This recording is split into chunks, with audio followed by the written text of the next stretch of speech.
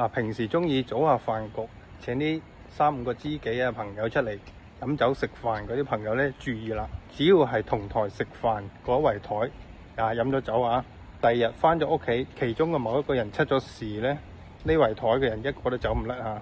咁河南法院咧最近就判咗有件咁嘅事，有4個人咧同台食飯，咁食下飯，食飯就肯定包含飲酒㗎。呢4個人咁食下飯咧，有一個唔飲酒嘅就先行離開。嗱，好似我咁啦，滴酒不沾，係日日做 gym 嘅，咁就先行離開咗啦。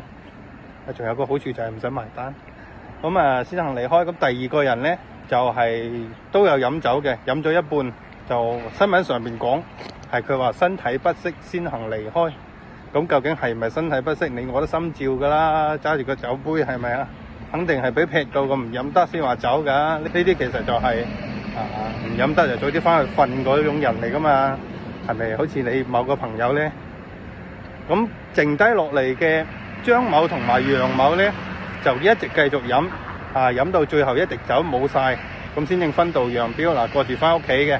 咁人算不如天算，喺第二日嘅朝頭早咧，阿張某就俾人發現喺自己嘅小區門口，就仲未入小區嚟嘅，就瞓低喺個小區門口嗰度，仲有灘血啊！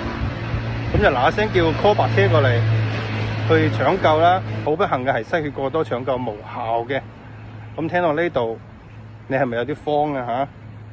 一諗到，哇！早2日我仲組住飯局請人飲酒喎，好彩冇出咩事嘅，係咪咧？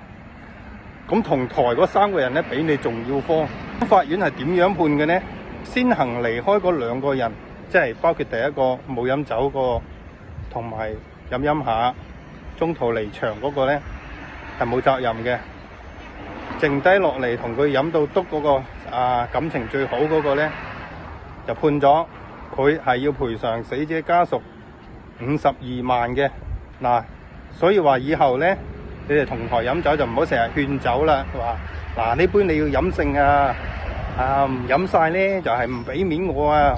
仲有啲咩揀錢身啊、eco蚊啊，你只要係勸酒嘅呢個責任咧，你就肯定走唔甩噶啦。咁仲有係請食飯係可以，即係請飲酒咧，你真係要諗佢啦。